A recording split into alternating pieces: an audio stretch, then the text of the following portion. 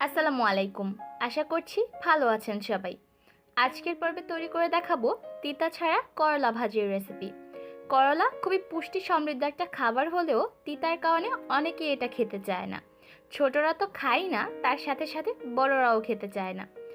আজকের পর্বে খুবই সহজে কিভাবে তিতা ছাড়া এই করলা ভাজিটা তৈরি করতে পারবেন সেই রেসিপিটাই শেয়ার করব। আশা করছি আপনাদের সকলের কাছেই ভালো লাগবে। ভাজিটা তৈরি করার জন্য আমি এরকম ছোট সাইজের করলা নিয়ে নিয়েছি। আর এই ছোট সাইজের করলাগুলো বড় সাইজের করলার থেকে তুলনামূলকভাবে একটু তিতা হয়ে থাকে। এখানে প্রায় 250 গ্রামের মতো করলা আছে। এবার এই করলাগুলোকে আমি টুকরো করে নিব। আপনারা যে যেমন খুশি তেমনিভাবে এগুলোকে টুকরো করে নিতে পারেন। চাইলে আপনারা এই বীজ শুদ্ধ করলাগুলোকে রান্না করতে পারেন, আবার চাইলে আমার মতো বীজটাকে ফেলে দিয়ে এভাবে করেও রান্না করতে পারেন। আমি সবগুলো করলার বীজই ফেলে দিয়েছি। এবার এই করলার মধ্যে দিয়ে দিব 1 টেবিল চামচ লবণ। লবণটা দিয়ে খুব ভালোভাবে করলার সাথে একটু মিশিয়ে নিতে হবে। খুব ভালোভাবে এই লবণটাকে করলার সাথে মিশিয়ে কলাটাকে 20 মিনিটের মতো একটা সাইডে রেখে দিতে হবে। আর 20 মিনিট পর দেখা যাবে যে কলার থেকে একটা পানি বের হয়েছে, আর এটাই হচ্ছে কলার তিতা পানি।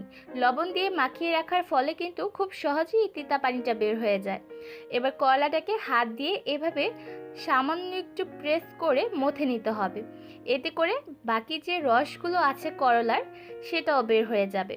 এবার এই বের হয়ে যাওয়া তিতা পানিটাকে ফেলে দিতে হবে। তার জন্য করলাগুলোকে এভাবে হাত দিয়ে চেপে নিতে হবে। এই তিতা পানিটার কারণে কিন্তু করলাটা খেতে অনেকটা তিতা হয়ে থাকে। আর এভাবে চেপে আপনি যদি করলাটাকে রান্না করেন তাহলে কিন্তু করলাটা রান্না করার পর তিতা হবে না। তিতা পানিটাকে ঝরিয়ে নেওয়ার পর এবার করলাটাকে পরিষ্কার পানি দিয়ে একবার ধুয়ে নিতে হবে। ধুয়ে এটার পানিটাকে ভালোভাবে ঝরিয়ে একটা বাটিতে নিয়ে নিতে হবে। সবগুলো করলার পানি ঝরিয়ে নেওয়া হয়ে গেলে চলে যাব মূল রান্নায়। তার জন্য চুলায় একটা ফ্রাই প্যান বসিয়ে তাতে দিয়ে দিলাম 1/3 কাপ রান্নার রেগুলার তেল,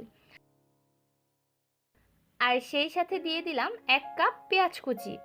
আর করলা ভাজিতে পেঁয়াজের পরিমাণটা একটু বেশি দেওয়ার চেষ্টা করবেন, এতে করে করলা ভাজিটা করার পর ভাজিটা তেমন একটা তিতা লাগবে না। আর চুলার আঁচ হাই হিটে রেখেই আপনাকে এই করলা ভাজিটা করতে হবে যদি আপনি তিতা ছাড়া করলা ভাজিটা করতে চান।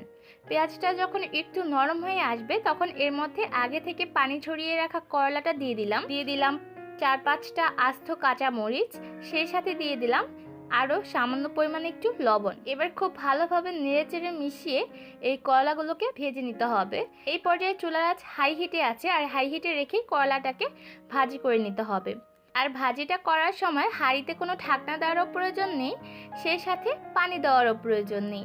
এমনিতেই কিন্তু করলাগুলো সিদ্ধ হয়ে যাবে। যেহেতু করলাগুলোকে পাতলা পাতলা করে স্লাইস করে নিয়েছি, দেখবেন কিছুক্ষণ ভাজার পরই এটা সিদ্ধ হয়ে গেছে। করলা ভাজিটা করতে আমার প্রায় 10 মিনিটের মতো সময় লেগেছে, তবে আপনাদের একটু কম বেশি সময়ও লাগতে পারে। এর মধ্যে কিন্তু করলা ভাজিটা হয়ে গেছে। এবার এটাকে চুলা থেকে নামিয়ে সার্ভিং ডিশে তুলে নিন। প্রতিটা স্টেপ ফলো করে আপনারা যদি এই ভাজিটা রান্না করেন তাহলে আপনাদের রান্না করা ভাজিটা খেতে আর তিতা লাগবে না। আশা করছি সহজে এই রেসিপিটা ভালো লেগেছে, বাড়িতে অবশ্যই ট্রাই করবেন। আজকে এখানেই বিদায় নিচ্ছি। ভালো থাকবেন সবাই। আল্লাহ হাফেজ।